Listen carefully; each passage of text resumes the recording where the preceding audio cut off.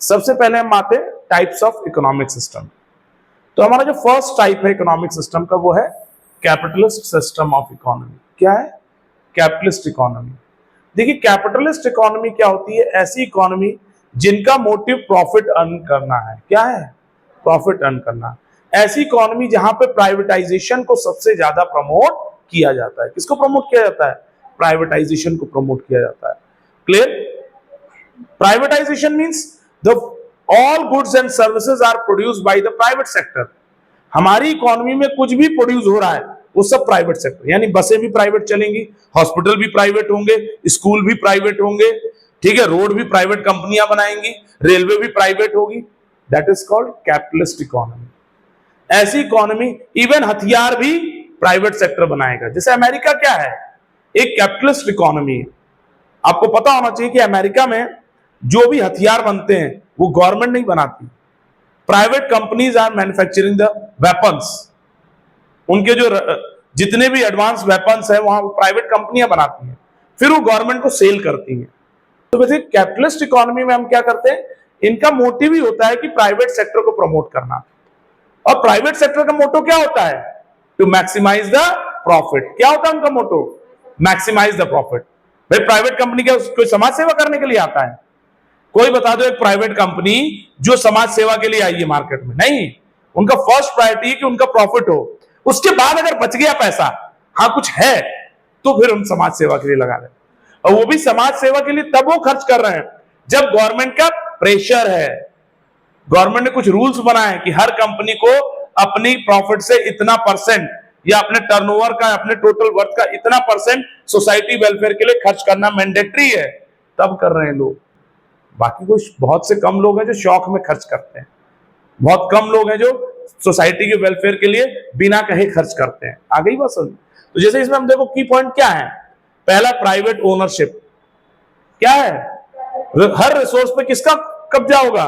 Private sector का, यानी जमीनें प्राइवेट कंट्रोल में चली जाएंगी।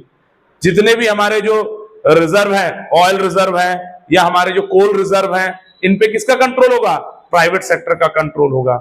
जैसे अभी आपने सुना था कि जो है अडानी को गवर्नमेंट ने अपने एयरपोर्ट्स दे दिए, गवर्नमेंट ने अपने रिसोर्सेज यूज करने के लिए दे दिए।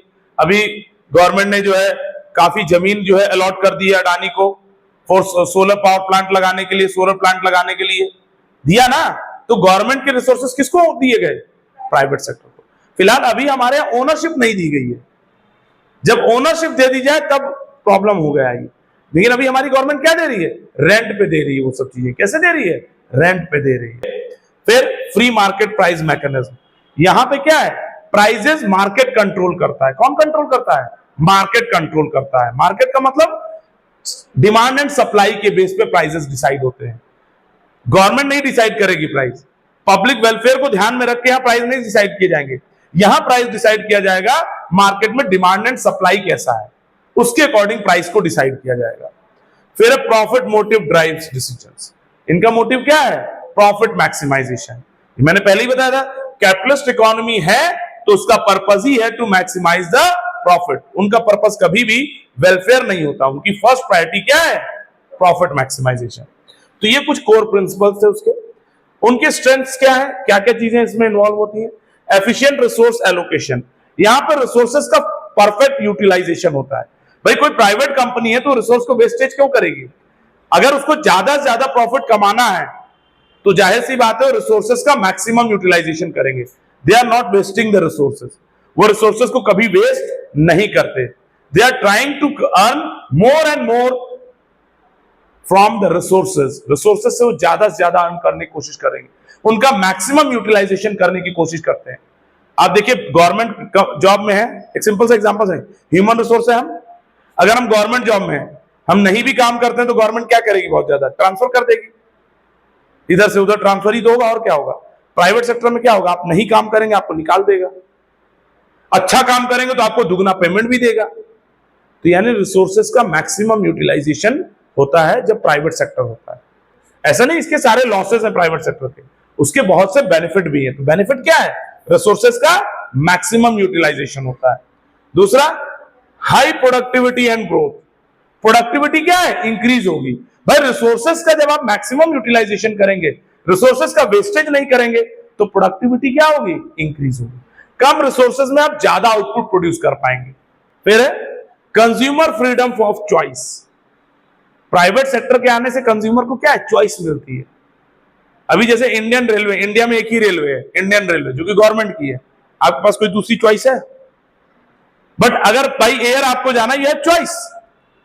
आप अमीरात की फ्लाइट में जाना चाहते तो उससे जाइए, इंडियन एयरलाइन से जाना चाहते हैं उससे जाइए, इंडिगो की फ्लाइट से जाना चाहते हैं उससे जाइए। चॉइस है आपके पास, बिकॉज वो सेक्टर प्राइवेटाइज है। क्या है? प्राइवेटाइज है।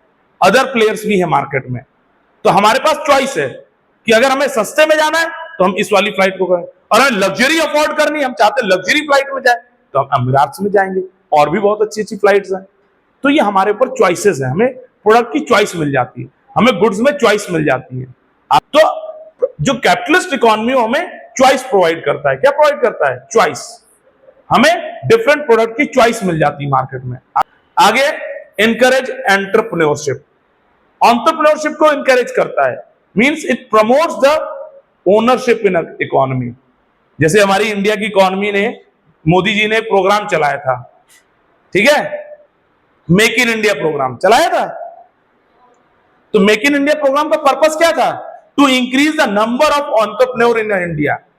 इंडिया में एंटरप्रेन्योर बढ़ाना था हमें। वो अलग बात है कि एंटरप्रेन्योर जिस लेवल से हम बढ़ाना चाह रहे थे उस लेवल से बढ़ नहीं पाए। हम जितना आउटपुट क्रिएट करना चाह रहे थे उतना कर नहीं पाए, क्योंकि ऑन ग्राउंड एप्लीकेशन नहीं हो पाया प्रॉपरली। कहीं ना कहीं ये रीजन रहा। गवर्नमेंट की स्कीम खराब नहीं थी, बट उस स्कीम का इंप्लीकेशन सही नहीं हुआ, उसका एप्लीकेशन सही नहीं हुआ। मैं बता रहा हूं, हमेशा कोई भी गवर्नमेंट, चाहे ये गवर्नमेंट हो चाहे इसकी पिछली गवर्नमेंट हो, कभी भी किसी गवर्नमेंट ने कोई भी खराब इंटेंशन से कोई स्कीम नहीं लेके आई।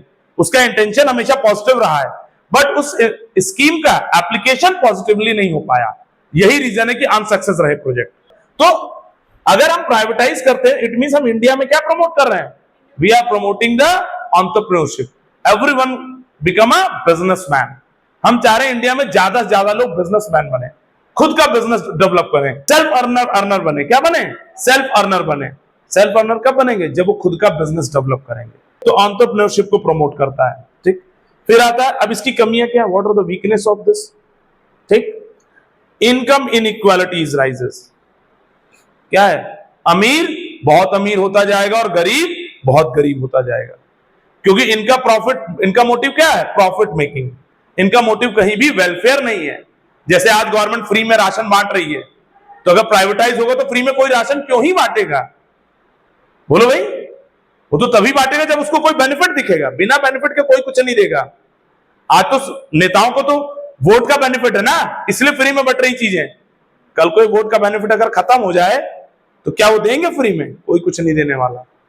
तो इनकम इनइक्वालिटी होगी, अमीर और अमीर होगा, गरीब और गरीब होगा। जिनके पास स्किल है, जिनके पास पैसा है, वो और बड़े बिजनेसमैन बन जाएंगे। जिनके पास पैसा नहीं, उन्हें मौका मिलेगा ही नहीं आगे आने का। आ गई बात समझ?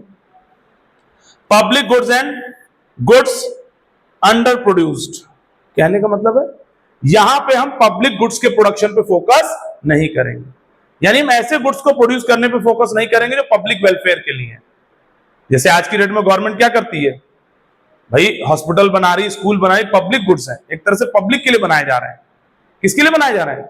For the common purpose, common use, हर कोई उसको इस्तेमाल कर सके। किसी एक पर्टिकुलर कास्ट, जेंडर, रिलीजन के लिए क्या बनाए गए? नहीं ना, इट इज फॉर एवरीवन। तो पब्लिक गुड्स सभी के लिए बनाए जा रहे हैं। लेकिन यहां पे अगर हम कैपिटलिस्ट इकोनॉमी होगी तो वहां पे पब्लिक गुड्स का प्रोडक्शन नहीं होगा, पब्लिक गुड्स पे फोकस नहीं होगा। उनका फोकस किस पे होगा? प्रॉफिट मेकिंग गुड्स पे होगा। किस पे होगा? प्रॉफिट मेकिंग गुड्स, ऐसे गुड्स जो उनको प्रॉफिट ज्यादा दें। Market failure and monopolies. अभी जैसे तुमने कहा ना, प्राइवेट हॉस्पिटल बहुत कॉस्टली होते हैं, उनको अफोर्ड करना पॉसिबल। अभी गवर्नमेंट जैसे क्या कर रही है भाई? गवर्नमेंट को तो कायदे से अपने गवर्नमेंट स्कूल्स को और बेटर बनाना चाहिए, तो उनको बेटर बनाने के बजाय हम उनको बंद करने में लगे हैं। मैं तो कह रहा हूं कि आप बंद करिए स्कूल, लेकिन अगर आपने जो 10 छोटे छोटे 10 स्कूल बंद खोले ना, 10 को 9 को बंद करके एक अच्छा स्कूल बनाइए। बड़ा स्कूल बनाइए, प्राइवेट सेक्टर के हिसाब से आप उसको डेवलप करिए और उन सारे टीचर्स को एक जगह इकट्ठा करिए, हर सब्जेक्ट का एक स्पेशल टीचर रखिए, क्यों नहीं स्कूल चलेगा। लोग दौड़ के एडमिशन कराएंगे, केवी में नहीं कराते क्या, नवोदय में नहीं कराते क्या, ये भी तो गवर्नमेंट स्कूल्स हैं। Why they are performing better, state schools are not performing better, because there is lack of monitoring. क्या रीजन है, मॉनिटरिंग नहीं है, और यही रीजन है। तो भाई अगर ऐसा होगा, पब्लिक गुड्स नहीं बनाएगी गवर्नमेंट, सब प्राइवेटाइज कर देगी, तो जो गरीब लोग हैं वो कहां से अफोर्ड कर पाएंगे, एजुकेशन लेवल और हमारा डाउन होता चला जाएगा, और जिससे कि हमारी इकोनॉमी में इनइक्वालिटी और बढ़ती चली जाएगी। The gap between the higher और लोअर इनकम ग्रुप बहुत बड़ा हो जाएगा। तो मार्केट फेलियर एंड मोनोपोलीज क्या है, अगर कैपिटलिस्ट इकोनॉमी है तो यहां पे क्या है, मोनोपोली खत्म हो जाती है। क्या होती है, बस कई बार ऐसा है कि यहां पे कई बार मोनोपोली क्रिएट हो जाती है, सॉरी मैंने गलत बोल दिया। मार्केट फेलियर एंड मोनोपोलीज मतलब कि जिनके पास पैसा है वो मोनोपोली क्रिएट कर लेते हैं। क्या क्रिएट कर लेते हैं, जैसे आपने सुना होगा, सुना कि आपने तो देखा भी है, जियो मार्केट में आया, उसके पास पैसा ज्यादा था, उसने 3 साल फ्री में चला दिया अपना 3G कनेक्शन, अब उसके बाद खूब पैसे चार्ज करा। उसके फ्री में चलाने की वजह से कई छोटी छोटी कंपनियां खत्म हो गई, टेलीकॉम कंपनियां, केवल जो बड़ी कंपनियां वो मार्केट में जिंदा है इस टाइम।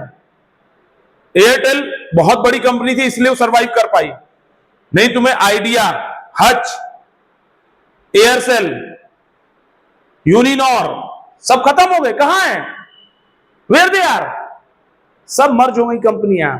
आइडिया और हच मिलके उनने एक नया कंपनी बना ली, आइडिया और वोडाफोन मिलके बना लिया ना, because they are not capable to survive against this big company.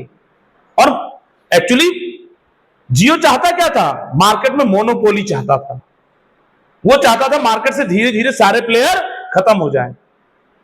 सोचिए इतनी बड़ी बिडिंग हुई 4G की, 5G की, 3G की, उसमें BSNL को मौका ही नहीं दिया गया, जो कि गवर्नमेंट की बहुत बड़ी कंपनी है, जिसके पास शायद इतना पैसा भी था कि वो चाहती तो इसको बिडिंग कर सकती थी, लेकिन नहीं कर पाई। क्यों, क्योंकि गवर्नमेंट ने उसको मौका ही नहीं दिया। फिर सोशल वेलफेयर में भी नेग्लेक्ट है, यहां पे सोशल वेलफेयर कभी भी उनका प्रायोरिटी है ही नहीं। अगर मन हुआ तो कर देंगे सोसाइटी का वेलफेयर, नहीं तो नहीं करेंगे। तो ये था हमारा क्या, कैपिटलिस्ट इकोनॉमी।